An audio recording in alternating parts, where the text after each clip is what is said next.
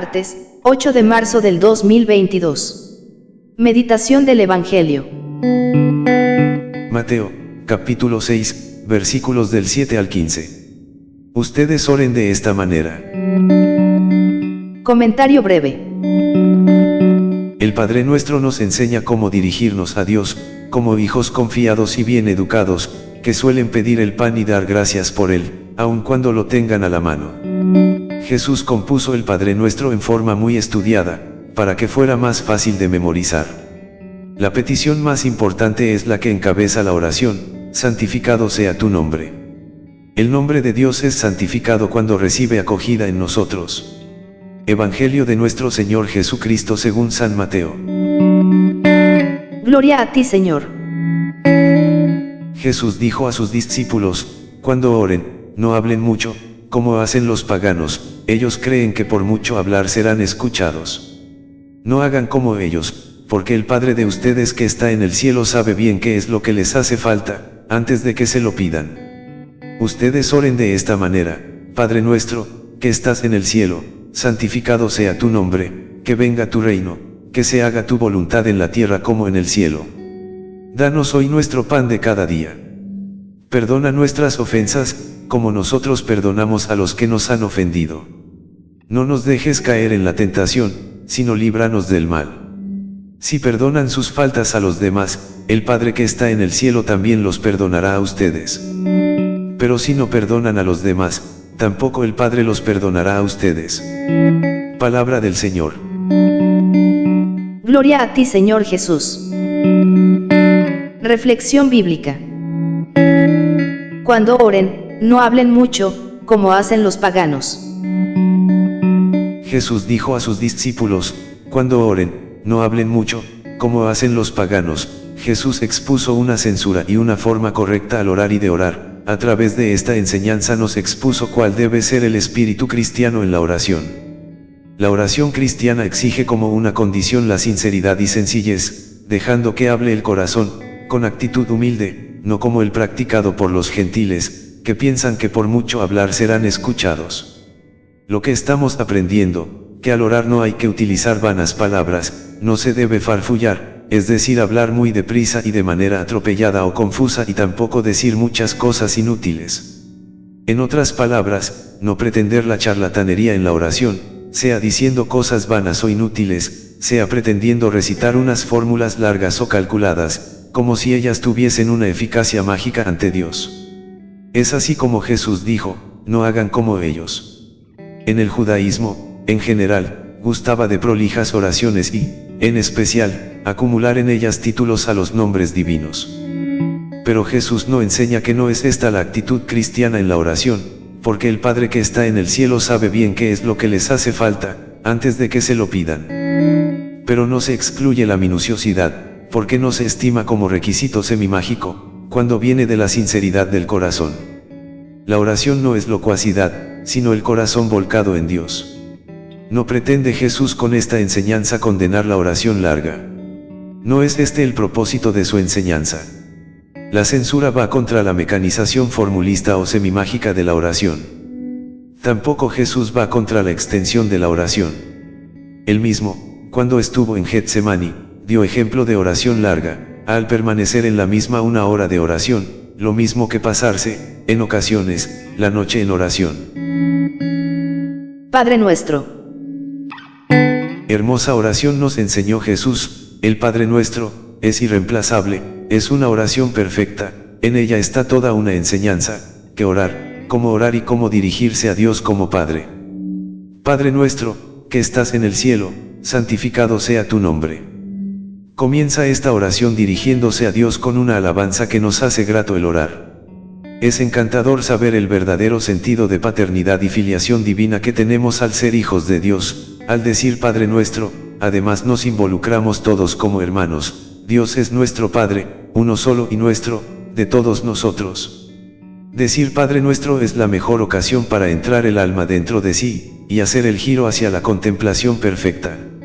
Apenas se encuentra Santa Teresa con la palabra Padre nuestro entre las manos, estalla en uno de asombro contemplativo. Que Cristo se humille tanto para tratar con nosotros, que nos dé al Padre, como dais tanto junto a la primera palabra. Tan amigo de dar, que no se os pone cosa delante.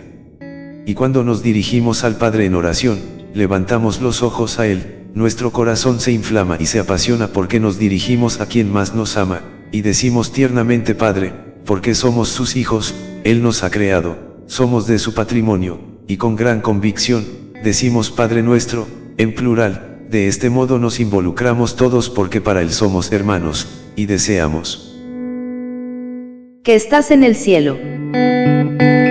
Levantamos los ojos y rezamos que estás en los cielos, porque los cielos publican la gloria de Dios, el cielo es donde ya no hay culpa y donde no hay ningún temor a la muerte, entonces nos elevamos a Él y lo separamos de las cosas terrenas. San Agustín decía, Dios, habita en el corazón de los hombres justos, complementado con la idea del cielo, es entonces el cielo una idea más allá de todo lo que el hombre puede imaginar. Santificado sea tu nombre. Luego rezamos santificado sea tu nombre, porque Dios es santidad pura, incorruptible, principio de todo lo bueno, y pedimos que sea santificado en nosotros su nombre, como auxilio para abstenernos de toda maldad y para que la santificación pueda venir en nosotros. Por tanto, esta es una expresión que nos compromete a buscar la santidad, para que Dios tenga hijos dignos, recordando al salmista que dice, sea conocida tu santidad en todo el mundo, y te alaba dignamente, porque alabarte es de justos. Que venga tu reino. Y es hora de pedir y rogamos, que venga tu reino, para que el poder y la seducción y el reino de este mundo pasajero sean desterrados, sobre todo, el pecado, que reina en nuestra vida terrenal. De este modo también pedimos a Dios que nos libre de la corrupción y nos preserve de la muerte. También queremos decir venga el Espíritu Santo sobre nosotros para que nos purifique. El reino de Dios viene cuando alcanzamos gracia, porque Él mismo dice, el reino de Dios está dentro de vosotros. Para que Dios reine en nuestras vidas, así entonces en todos nuestros pensamientos, palabras y acciones. Que se haga tu voluntad. Y sin entristecernos por el plan de Dios en nosotros, le pedimos al Padre que se hágase su voluntad aquí en la tierra como en el cielo, es una súplica para que nos permita imitar la vida del cielo, y porque nosotros deseamos aceptar lo que Él quiere. Le pedimos de este modo, que nuestra vida humana sea buena y semejante a la que tendremos después de la resurrección, por tanto, ya queremos disponernos a llevar un modo de vida en este mundo, que esté conforme con la que esperamos en el otro. Danos hoy nuestro pan de cada día. Suplicamos a continuación danos hoy nuestro pan cada día, Jesucristo es el pan de vida eterna.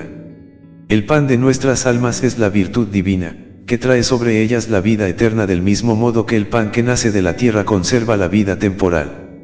El pan divino que ha venido y el que ha de venir, le rogamos nos conceda hoy, con todo su sabor. También concédenos esto haciendo que el Espíritu Santo habite en nosotros, produciendo una virtud que aventaja a toda virtud humana, como la humildad, la bondad y el amor. Perdona nuestras ofensas. Y reconociendo nuestras faltas, solicitamos que perdones nuestros pecados, perdona nuestras ofensas, misericordia Señor, nos comprometemos a no faltarle, sin embargo, caemos, pero Él, bueno al extremo, nos perdona y luego volvemos a caer. Entonces le suplicamos que suspenda el castigo que merecemos, y Él tan bueno, lo hace. Pero en cuanto vemos que por su confianza en nosotros Él mira para otro hermano, volvemos a caer nuevamente. Jesús nos enseñó a tener confianza por nuestras buenas obras, y nos enseñó a implorar el perdón de nuestros pecados, porque, no existiendo nadie sin pecados, no nos privemos de la participación de los beneficios divinos por los pecados humanos. Así pues, al ofrecer, como debemos, a Cristo, quien hace que el Espíritu Santo habite en nosotros, la santidad perfecta, habremos de reprendernos si no hemos conservado la pureza de su templo. Este defecto se enmienda por la bondad de Dios, perdonando a la humana debilidad el castigo de sus pecados. Porque también nosotros perdonamos a aquellos que nos ofenden. Y decimos lo enseñado por Jesús, porque también nosotros perdonamos a aquellos que nos ofenden, así es Dios, lleno de piedad por los pecadores, si lo es Él con nosotros, tenemos que serlo del mismo modo con los demás y, si no es así, somos unos hipócritas. Esto los hacemos con toda justicia por el Dios justo. Cuando nosotros perdonamos a nuestros deudores, esto es, a los que nos han ofendido y confiesan su ofensa. Conociendo nosotros esto, debemos dar gracias a nuestros deudores, porque son para nosotros la oportunidad y la causa de nuestro mayor perdón.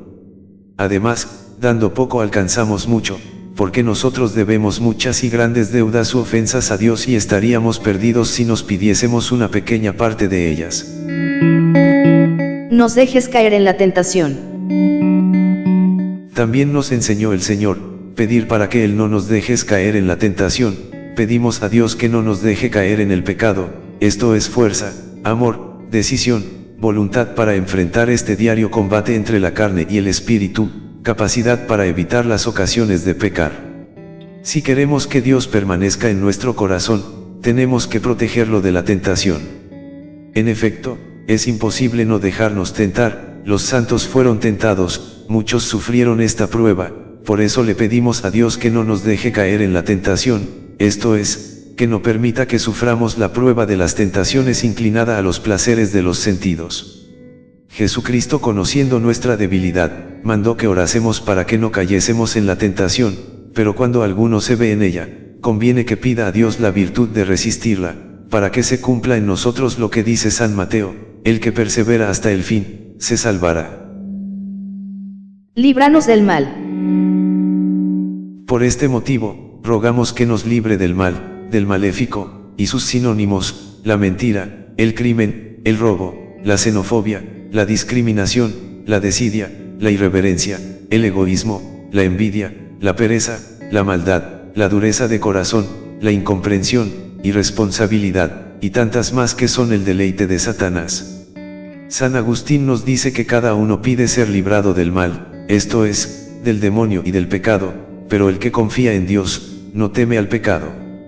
Si Dios está con nosotros, ¿quién estará contra nosotros? Ustedes oren de esta manera. Orar es hoy, para muchos cristianos, una empresa difícil. Hay quien la escamotea aduciendo que no sirve o que trabajar es orar.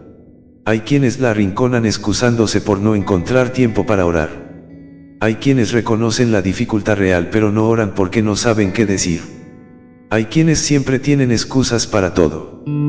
Tampoco faltan, entre los más devotos, los que usan muchas palabras como los paganos, pidiendo solo cosas buenas en apariencia.